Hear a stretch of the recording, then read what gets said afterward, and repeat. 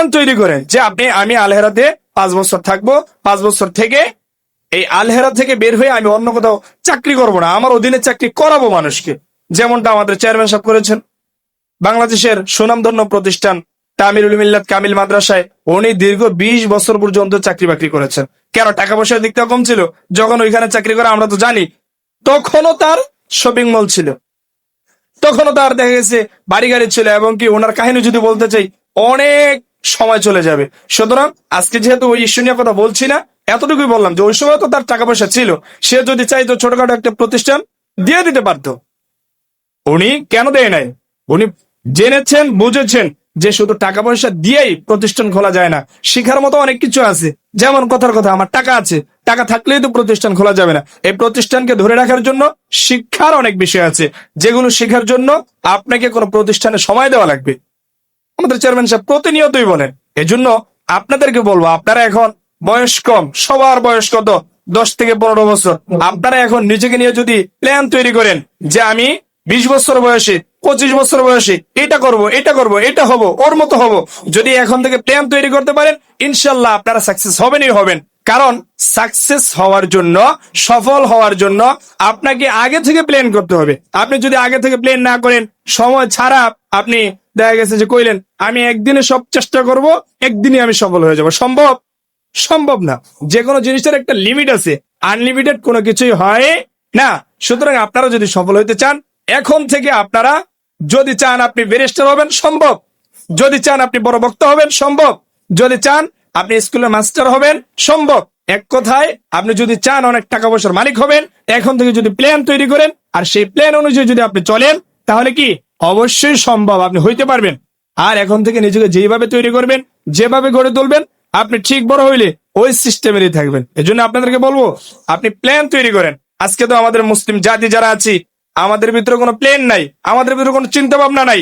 আমাদের মগজের ভিতরে কিছু মানুষ এটা ঢুকাই দিছে যে দুনিয়াতে আমরা মুসাফিরের মতো বসবাস করব।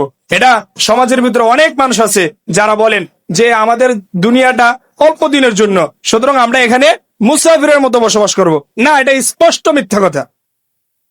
মুসাফিরের মতো থাকবো ঠিক, তার মানে এটা না যে আমরা অর্থ সম্পদ কামাই করব না।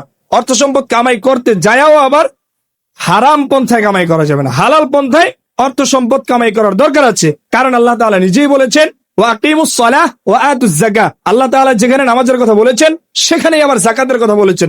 এখন যাকাত দিবে কে? মুসাফির। যাকাত দিবে কে? দরিদ্র। যাকাত দিবে কে? গরিব। না, যাকাত দেওয়ার জন্য আপনাকে বড়লোক হওয়া লাগবে, টাকাওয়ালা হওয়া লাগবে, পয়সাওয়ালা হওয়া লাগবে। আর আপনি যদি দরিদ্র থাকেন, সব মুসলিমদের মাথায় যদি এটা থাকে, তাদের মাথায় যদি এই চিন্তা ভাবনা থাকে যে আমি মুসাফিরের মতো জীবন যাপন করব, আমার টাকা পয়সার দরকার নাই, আমার নেতৃত্বের দরকার নাই, আমার কিচ্ছুর দরকার নাই, কোনো মতে আমি জীবন যাপন করব আর দুনিয়া ছেড়ে চলে যাব, শেষ আমার জীবন, আমার কোনো দায়িত্ববোধ নাই, দায়িত্ব বলতে আমার কিচ্ছু নেই, তাহলে হবে? আমরা কোনোদিন উপরে উঠতে পারবো? পারবোই না। বরঞ্চ বর্তমান যে যুগ, এই যুগে এসে আমাদেরকে অনেক লাঞ্ছিত বঞ্চিত হইতে হবে। এজন্য এই কথাটা আমাদের মাথা থেকে একেবারেই ঝেড়ে মুছে ফেলে দিতে হবে যে না, মুসলিমরা তো টাকাওয়ালা হবে, পয়সাওয়ালা হবে, ওরা নেতৃত্ব দিবে। কেন? আপনি কি সাহাবায়ে কেরামের ইতিহাস জানেন না? সাহাবায়ে কেরামরাই তো নেতৃত্ব দিয়েছেন। রাসূল করিম সাল্লাল্লাহু আলাইহি ওয়াসাল্লাম নিজে নেতৃত্ব দিয়েছেন। তাহলে আপনি কোথায় পাইলেন যে মুসলিমরা মানে অন্যের অধীনে, যারা হিন্দু খ্রিস্টান অথবা যারা বেঈমান নাস্তিক, ওদের অধীনে চলাফেরা করবে, ওদের কথা মতো চলাফেরা করবে? এরকমটা যদি হয়, তাহলে তো আপনি ঠিক মতো আপনার মসজিদে যা নামাজও পড়তে পারবেন না।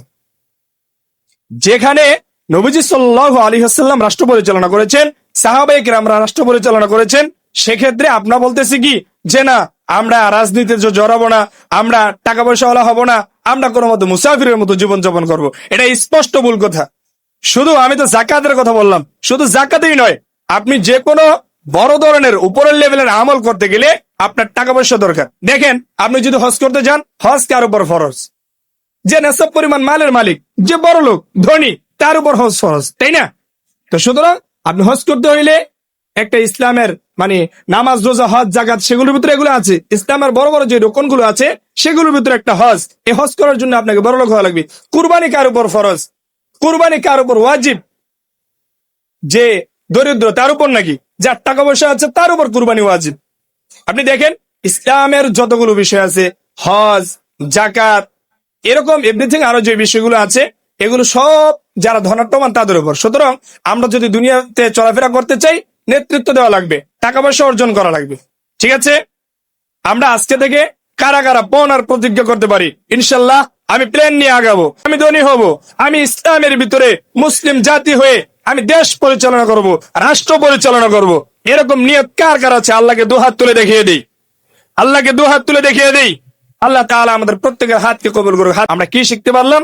যে আমাদেরকে নেতৃত্ব দিতে হবে, নেতৃত্ব দেওয়া শিখতে হবে, এবং কি সমাজের ভিতরে আমাদের মাথা উঁচু করে দাঁড়াইতে হবে। এটার জন্য কি দরকার? আমি দরিদ্র, আমি গরিব বাবার সন্তান, এটা কোনো অপরাধ না। আমি পৃথিবীতে গরিব হয়ে আসছি, এটা অপরাধ না। কিন্তু আমি যদি আবার পৃথিবী থেকে সফল না হয়ে গরিব হয়ে বিদায় নেই, এটা আমার ব্যর্থতা। কারণ আমি কি করেছি?